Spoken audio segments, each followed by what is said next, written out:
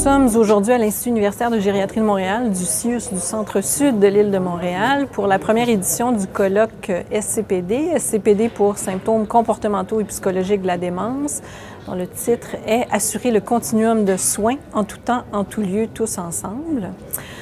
Nous sommes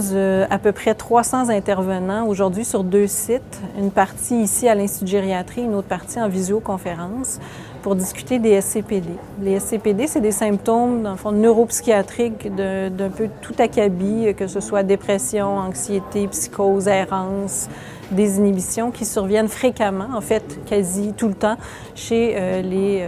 sujets atteints de maladie d'Alzheimer ou de maladies apparentées, et qui ont une influence importante sur la qualité de vie de la personne et de sa famille proche, également sur son pronostic. Au programme de la journée aujourd'hui, 4 conférences, dont 2 conférenciers internationaux, soit un conférencier qui nous vient des Pays-Bas pour nous parler du modèle de village Alzheimer qui se situe là-bas.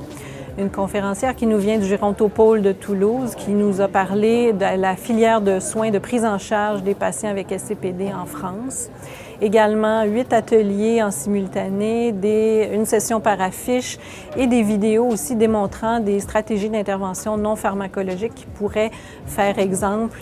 et qui proviennent également de diverses parties du Québec. Donc au total, c'est plus d'une trentaine d'experts nationaux et internationaux qui sont présents aujourd'hui pour échanger avec nous sur ce sujet d'importance.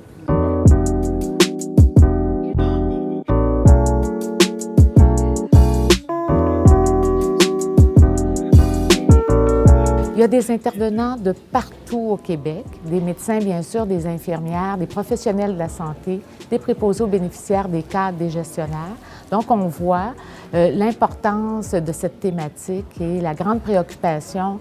que cette situation amène et obligation pour l'ensemble du réseau de travailler ensemble, mieux organiser les soins et services en fonction des meilleures pratiques. Et c'est ce qui va se faire ici aujourd'hui, dans le fond, et c'est déjà commencé, à l'aide de vignettes cliniques, de conférences,